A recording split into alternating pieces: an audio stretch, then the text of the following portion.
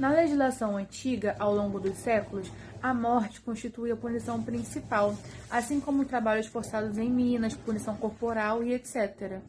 A maioria dos crimes acarretava em pena de morte, e geralmente era tortura e mutilação. A execução sempre foi pública, realizada por meios bárbaros, como mutilação, crucificação e decapitação. Nas cidades-estados sumérias, a pena de morte era aplicada em casos de assassinato e adultério. O Código de Hammurabi prescreve a punição corporal e afirma que a punição só pode ser remediada pelo indivíduo infrator, dentro da lei dos princípios da represália. Uma pesquisa de 2006 afirma que apenas 25 países no mundo ainda usam a pena de morte. Quando há algum crime hediondo de grande repercussão, é natural que as pessoas peçam pena de morte no Brasil, sendo que não é possível, somente em caso de guerra declarada, segundo o artigo 5º da nossa Constituição. Também não é possível nem modificá-lo, nem fazer alguma emenda, pois o artigo 5º da Constituição é considerado cláusula pétrea. O que são as cláusulas pétreas? A pena nunca acontece no Brasil. Não acontece pois temos um dispositivo constitucional que não pode ser alterado, nem mesmo por PEC. Seriam as cláusulas pétreas inseridas na nossa Constituição Federal, no artigo 60, parágrafo 4º, sendo elas: voto direto, secreto, universal e periódico, a separação dos poderes e os direitos e garantias individuais. Por conta disso, dizemos que a pena de morte no Brasil é proibida, salvo em caso de guerra declarada, e exclusivamente para crimes militares previsto no Código Penal Militar. Tanto a cláusula pétrea e os direitos de garantias individuais previstos na Constituição Federal do Brasil são aplicados com o intuito de aumentar e defender os direitos e garantias do homem perante a sociedade. A pena de morte é uma das punições mais extremas que pode ser aplicada ao ser humano. Na nossa Constituição de 88, proíbe a pena de morte no Brasil. Mas existem casos específicos que isso pode acabar ocorrendo, como traição, espionagem, revolta, motim e etc. Então, no Código Penal Militar, eles explicam sobre isso, né? Que é quando ocorre a traição, quando aquele que por qualquer motivo facilitar a vitória do inimigo, prestando auxílio ou informação, assim subvertendo o poder constitucional. A espionagem, espionar ou tentar ao menos espionar para conseguir informação útil ao inimigo. É o crime de motim, né, que sendo militar ou assemelhado e se levantar com armas contra a ordem constituída contra seus superiores, também será punido.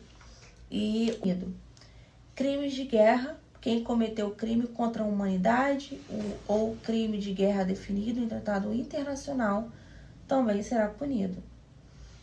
Mas a pena de morte só pode ser aplicada de crimes militares cometidos durante uma guerra extrema e somente depois de esgotados os recursos de justiça militar.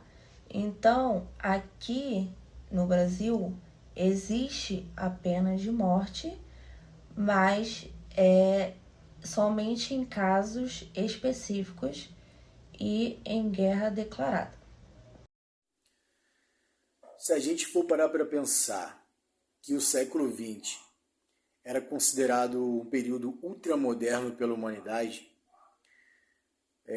tendo em vista não só os avanços tecnológicos, mas também as relações sociais, as constituições e o direito como um todo, foi nesse mesmo período que o mundo ele presenciou diversas barbáries.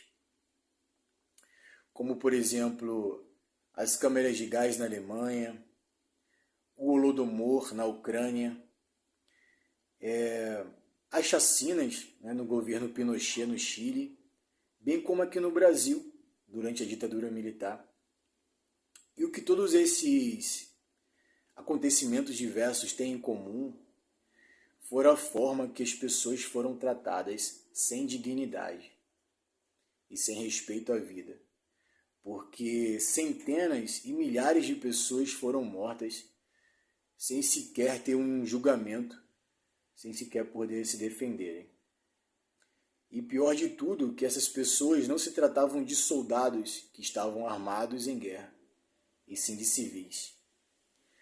Tais fatos deixaram ainda mais claras as necessidades que o mundo precisava ter em se tomar medidas que fossem contra tais barbáries. Então, que se teve a ideia de se criar o primeiro tratado internacional, que foi o Tratado das Nações Unidas, a ONU, que tinha como objetivo diversos objetivos, e entre eles o fator principal de preservação da vida, bem como a preservação da dignidade da pessoa humana. E no que tange respeito à proibição da pena de morte, o tratado mais importante que temos hoje no Brasil é o Tratado de São José da Costa Rica, que ele foi assinado em 1990 em Assunção, no Paraguai, cujo Brasil é um dos principais países que fazem parte desse bloco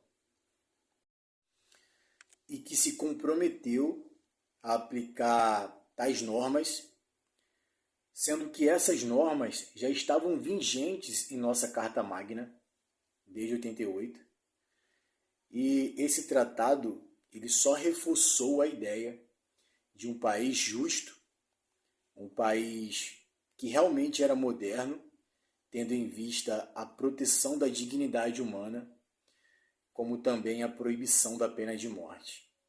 À luz da Declaração Universal de 1948, vai dizer que os direitos humanos contemporâneos fundam-se em 3 princípios basilares, quais sejam o princípio da inviolabilidade da pessoa. Não se pode pôr em sacrifícios o indivíduo em razão de que tais sacrifícios resultarão em benefício a outra pessoa. Princípio da autonomia da pessoa. Toda pessoa é livre para a realização de qualquer conduta, desde que seus atos não prejudiquem terceiros.